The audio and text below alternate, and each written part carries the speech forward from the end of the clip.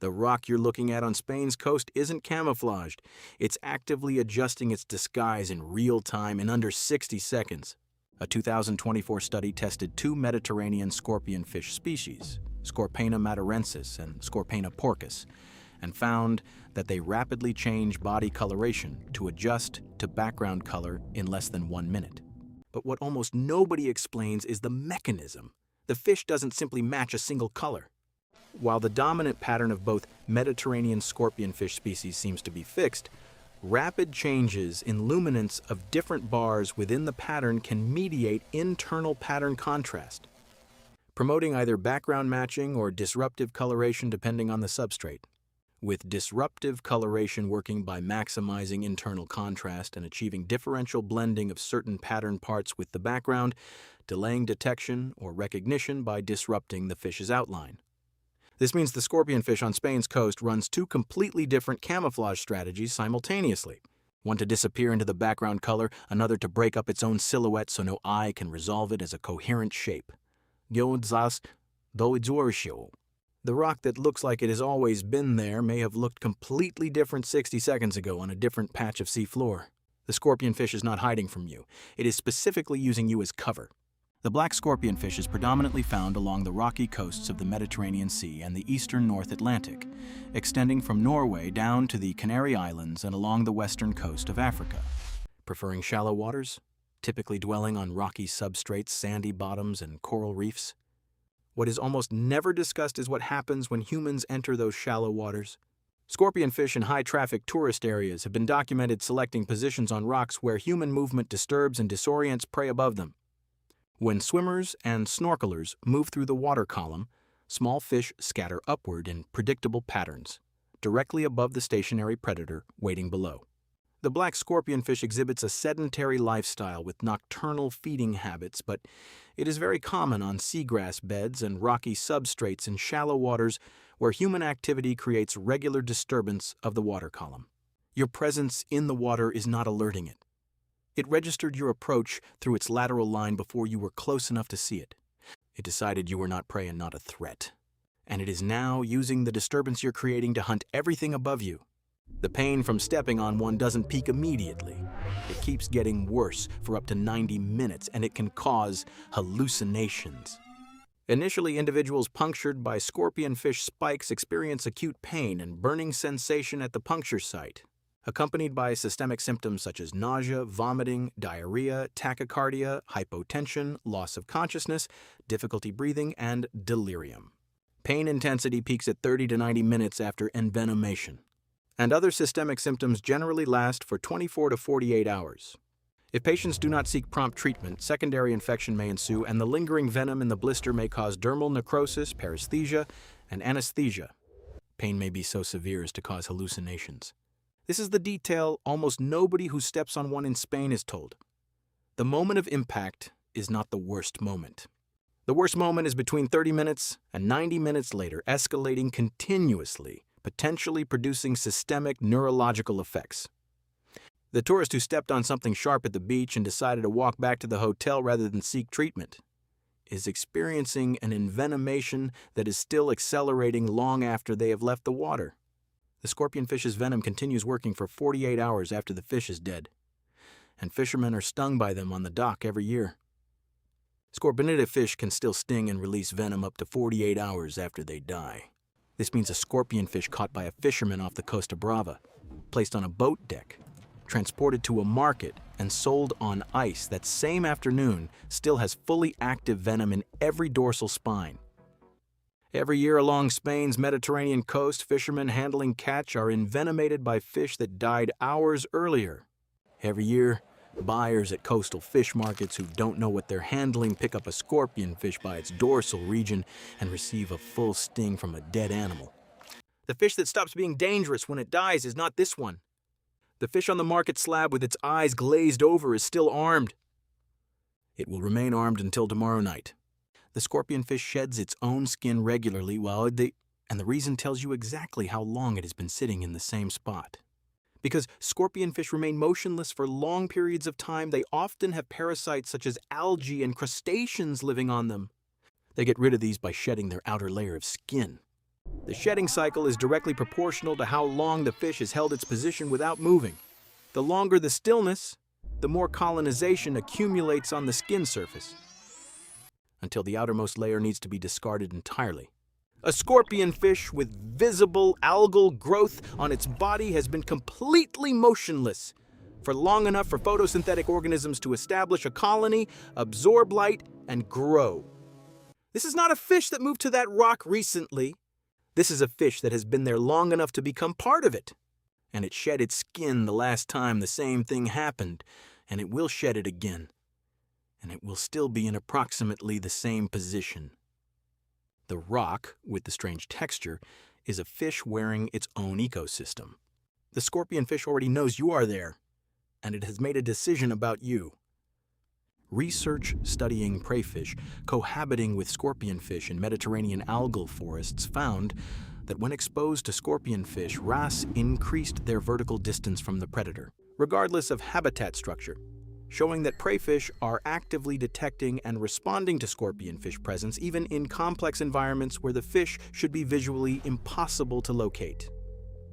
If preyfish can detect a scorpionfish that humans cannot see, the scorpionfish's own sensory capability is operating at an even higher resolution. The lateral line system running along its body detects pressure changes, water displacement, and vibration in every direction simultaneously. By the time you are close enough to see the scorpionfish, it has already tracked your approach. Registered the pressure signature of your movement, classified you as neither prey nor predator, and decided to remain still. It doesn't move because it has already processed the entire interaction and determined that stillness is the correct response. The decision was made before you saw it. The scorpionfish's mouth opens and closes in milliseconds, and it is never needed to move to hunt in its entire life.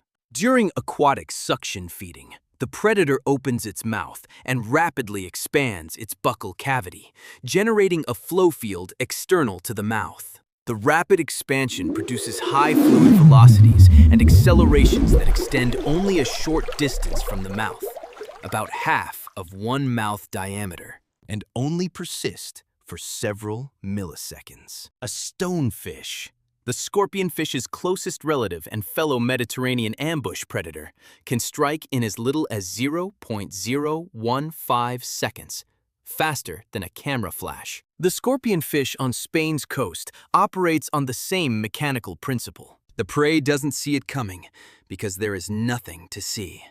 No movement, no approach, no warning. The fish opens its mouth.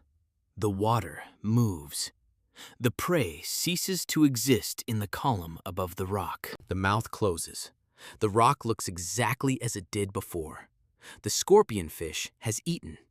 It has not moved a single centimeter. It will not need to move for the rest of the day. The scorpionfish is one of the most important health indicators on Spain's Mediterranean coast, and its disappearance is a silent alarm. The black scorpionfish, Scorpina porcus, is ubiquitous in Mediterranean coastal waters, where it has ecological and economic importance, and may qualify as a suitable indicator of the status of littoral fish assemblages. Research monitoring populations between 1993 and 2009 found that reduction in its abundance, biomass, and size correlated directly with increased fishing pressure and coastal degradation across a spatial scale of approximately 600 kilometers. Marine biologists in Spain now track scorpionfish populations as a live proxy for overall rocky reef ecosystem health. Not because the fish is endangered, but because its presence, density, and body size at specific sites precisely reflect whether the ecosystem supporting it is structurally intact. The black scorpionfish is considered important to the ecology of coastal rocky reef communities as a potential indicator of environmental health status and of protection effects in marine reserves. A section of Spain's coast where tourists can still accidentally step on a scorpionfish is, biologically, a healthier section of coastline than one where they cannot. The correct treatment is the hottest water you can physically tolerate.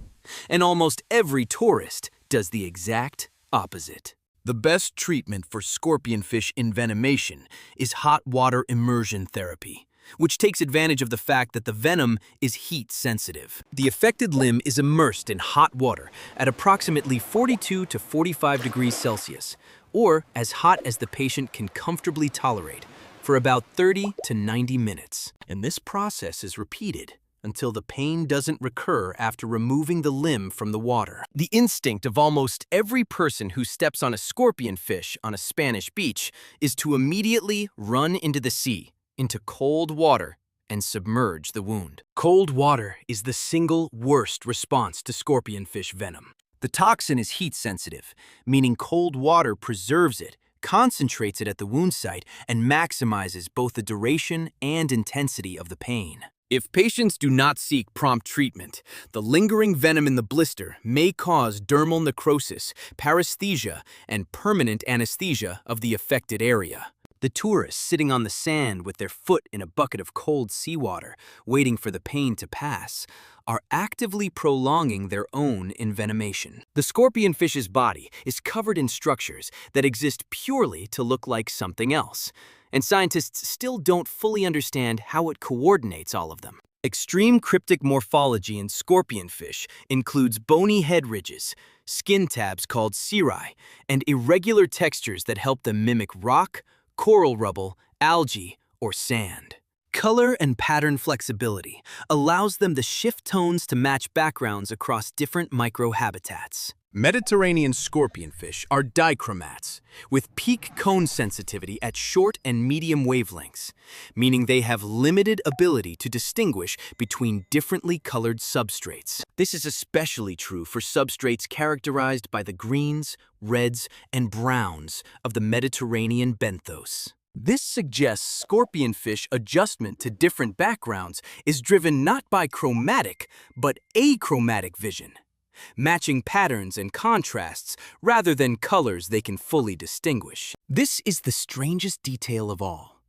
The scorpionfish cannot fully see the colors it is matching. It is adjusting its camouflage based on light intensity and pattern contrast rather than color perception.